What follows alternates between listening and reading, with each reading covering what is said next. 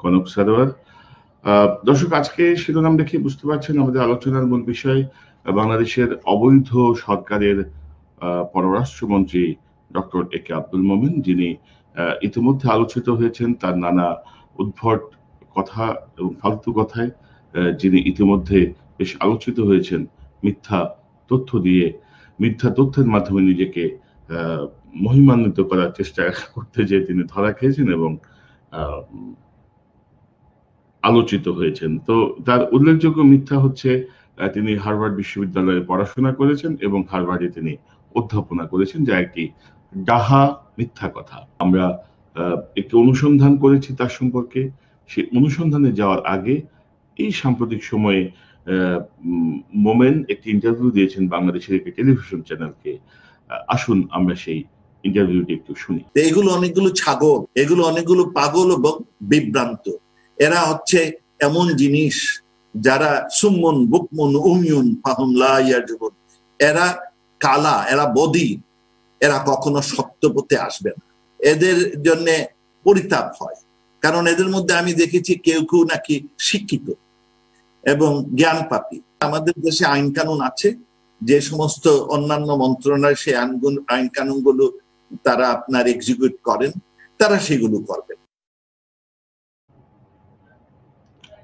বুঝতে পারছেন বাংলাদেশের পররাষ্ট্রমন্ত্রী যার মুখের ভাষা, তিনি বলছেন ছাগল, পাগল।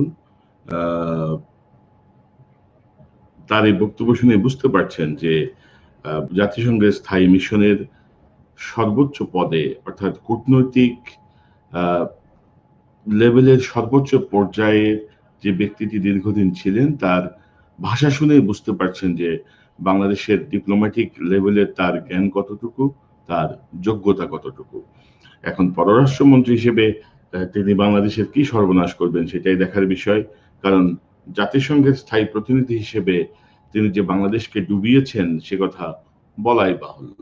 তো এই যদি হয় ভাষা, আমাদের খুব পরিতাপ হয়, আমার খুব পরিতাপ হয় অন্তত এই জাতীয় একজন ব্যক্তি বাংলাদেশের পররাষ্ট্রমন্ত্রী। এই বিষয়টি যখন ভাবি, যে ব্যক্তির জীবনটি মিথ্যায় ভরা, যে ব্যক্তির জীবনটি অনেক বেশি অন্ধকারাচ্ছন্ন।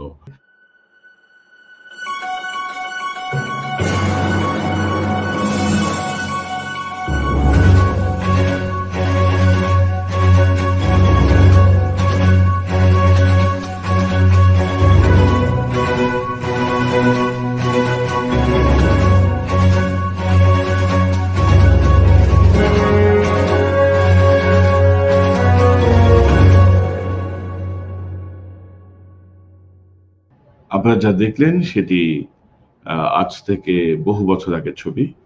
নাসিম পারভীন এবং আব্দুল মোমেন দম্পতির ছবি, সঙ্গে তাদের দুটি অবুঝ পুত্র এবং কন্যা। এই সম্পর্কটি টিকে ছিল 25 বছর। 1978 সালে মোমেন আমেরিকায় আসেন। 1997 সালে তিনি সৌদি আরবে একটি বেসরকারি প্রতিষ্ঠানে চাকরি নিয়ে যান এবং সেখানে তিনি বাংলাদেশ দূতাবাসের এক কর্মকর্তার স্ত্রীর সঙ্গে পরকীয়া সম্পর্কে জড়িয়ে পড়েন এবং সেখান থেকে ফিরে এসে 6 বছর পরে 2001 সালে তিনি ডিভোর্স ফাইল করেন। তো ডিভোর্স হতেই পারে, যে কোনো কারণে ডিভোর্স হতে পারে। তিনি পরকীয়া আক্রান্ত হয়ে এত বছরের সংসার ভেঙে দিয়েছেন। আপনারা বুঝতে পারছেন তার মানসিক অবস্থা। তার আমি আর অন্য প্রসঙ্গে নাই বা বললাম। তো সবচেয়ে দুঃখজনক বিষয় সেটি হচ্ছে আব্দুল মোমেন তার এই ডিভোর্স ফাইল করেছেন এবং তিনি তার স্ত্রী এবং সন্তানের কোনো দায়িত্ব নেননি।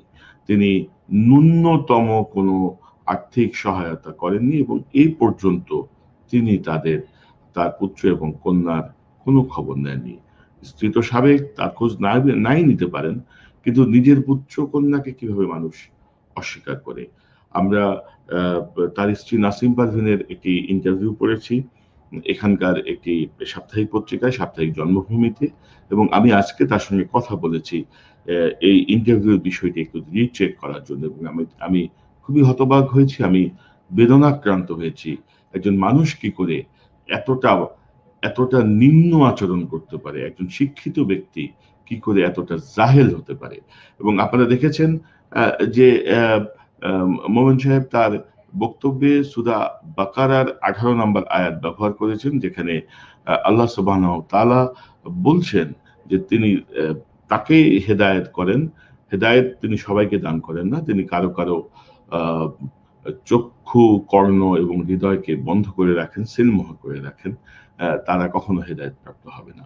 তো কাফের মুশরিকদের বিষয়ে যে আয়াত নাযিল হয়েছে, সেই আয়াত আব্দুল মোমেন আমাদের সম্পর্কে ব্যবহার করছেন, যারা সরকারের সমালোচনা করেন, আমরা যারা দেশকে ভালোবাসি, আমরা যারা এই গায়ের জোরে সরকারকে, এই অবৈধ সরকারের বিরুদ্ধে কথা বলি, নানা অসঙ্গতি তুলে ধরতে চাই, আমরা যারা এই যে সরকারের হাতে লেগে আছে শত শত হত্যার রক্ত চিহ্ন, যেই সরকার হাজার হাজার লক্ষ লক্ষ মানুষকে নির্যাতনের দায়ে অভিযুক্ত, হাজার হাজার billion billion billion billion dollar লুটপাটের অভিযোগে অভিযুক্ত, সেই সরকার সম্পর্কে আমরা কথা বলতে যেহেতু কথা বলি, সেহেতু আমাদের পাসপোর্ট থাকবে না, সেহেতু আমরা ছাগল, আমরা পাগল, আমরা অনেক কিছু। এই যে দেখুন,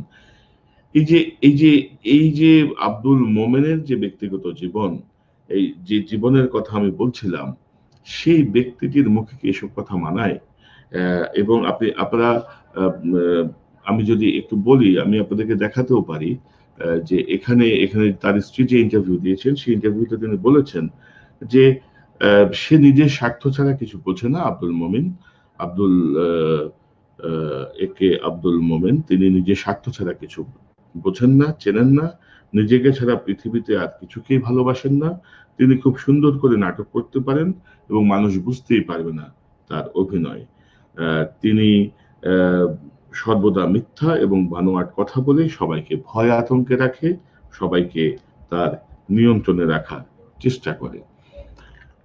কি করে মধ্য বয়সে একজন মানুষ ফুটফুটে একটি পুত্র এবং কন্যাকে ছেড়ে চলে যায়, সেটি যেমন একটি বিষয়। আচ্ছা, বুঝলাম ছেড়ে চলে গেছে, আর কোনোভাবেই থাকা যাচ্ছে না, অ্যাডজাস্টমেন্ট হচ্ছে না, তাই বলে পুত্র কন্যাকে আপনি সাপোর্ট দেবেন না? শুধু তাই নয়, আমরা যতটুকু দেখলাম এবং জানলাম, আমাদের কাছে যে এভিডেন্স আছে, সেই এভিডেন্স অনুযায়ী ডক্টর মোমেন তিনি একটি বাড়ি ছিল দুজনের, সেই বাড়িটি বিক্রি করে অর্ধেক টাকা, অর্থাৎ প্রায় $1,49,000 তিনি হাতিয়ে নিয়ে চলে এসেছেন, আর কোনো খবরই নেননি। অবশ্য খবর নিয়েছেন তিনি দ্বিতীয় বিয়ের আগে তার পুত্র এবং কন্যাকে, প্রায় প্রাপ্তবয়স্ক সে সময়, পুত্র এবং কন্যাকে ইমেল করে তার দ্বিতীয় বিয়ের দাওয়াত দিয়েছেন, যেটি তার সাবেক স্ত্রী নাসিম পারভিন ইন্টারভিউতে বলেছেন এবং আমাকেও বলেছেন। তো আপনারা বুঝতে পারছেন কত নিম্ন মানের মানসিকতা, কত নিম্ন মানসিকতার মানুষ এই আব্দুল মোমেন এখন চেতনার জগতে আছেন, চেতনা করেন, খুব বিশ্বস্ত হয়ে উঠেছেন এই সরকারের।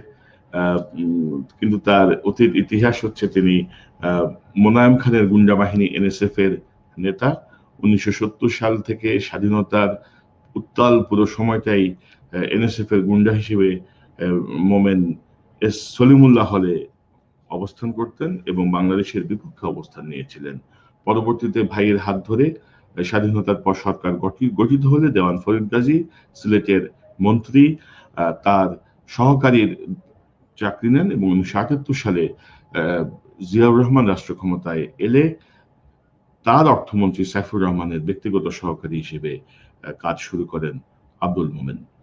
এবং জিয়াউর রহমান সরকারের দেয়া বৃত্তি নিয়ে তিনি আমেরিকায় আসেন 1978 সালে, ফোর্ড ফাউন্ডেশনের যোগ দেন, একজন গবেষক হিসেবে কাজ করার কথা ছিল। তিনি সেটি সম্পূর্ণ করেছেন কিনা এই তথ্য আমার কাছে নেই, আমি জানি যে তিনি এখানে এসে অন্যান্য কাজ করেছেন।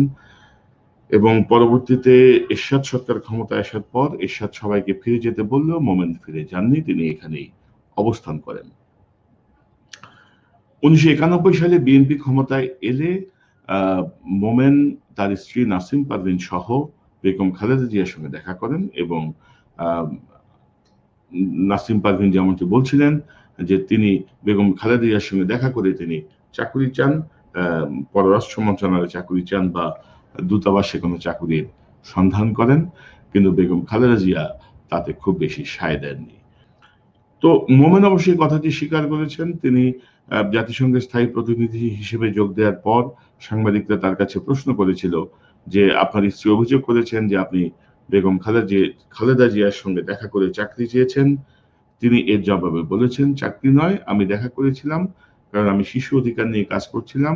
মধ্যপ্রাচ্যে উটের জকি হিসেবে যারা ব্যবহৃত হয় তাদের বিষয়ে আমি প্রধানমন্ত্রীর সঙ্গে আলাপ করে কিছু সহযোগিতা চেয়েছি। তো বুঝতে পারছেন মধ্যপ্রাচ্যে শিশুদের নিয়ে যার এত মায়া, তার নিজের পুত্র কন্যার প্রতি তার যে বিরূপ আচরণ, আপনারা বুঝতে পারছেন ডাবল স্ট্যান্ডার্ড কাকে বলে। তার ব্যবহার দেখে বিভ্রান্ত হবেন না। তার ব্যক্তি জীবন, তার ব্যক্তি চরিত্র, তার মানসিকতা খুব নিম্নমানের এবং ইতিমধ্যে এটি নানাভাবে প্রমাণিত হয়েছে। আমরা দেখেছি তিনি হুমকি দিয়ে টিকে থাকতে চান, তিনি নানা রকম চাপ সৃষ্টি করে গায়ে জুড়ে টিকে থাকতে চান। তার ভাই রাবিশ বলে একটি খেতে পেয়েছেন, সবাই বলেন রাবিশ মন্ত্রী। তার ছোট ভাই হিসেবে তিনি ইতিমধ্যে খবিশ মন্ত্রী হিসেবে প্রসিদ্ধ হয়েছেন, পরিচিতি পেয়েছেন। সবাই তাকে খবিশ মন্ত্রী হিসেবে বলেন। কেউ কেউ তার পরচুলার দিকে ইঙ্গিত করেন, কিন্তু মানুষের শারীরিক কোনো ত্রুটি নিয়ে আমি কোনো মন্তব্য করতে চাই না। আমার কাছে মনে হয় যে রাবিশের ছোট ভাই খবিশ, সেটি ঠিক আছে, কারণ তার জীবনাচরণের সঙ্গেও এই বিষয়টি অনেক মিলে যায়। পাশাপাশি একটি কথা বলি, পাসপোর্ট বাতিল করার হুমকি দিয়ে বা মামলার হুমকি বা অন্য কোনো প্রকার হুমকি দিয়ে আমাদের কণ্ঠরোধ করা যাবে না।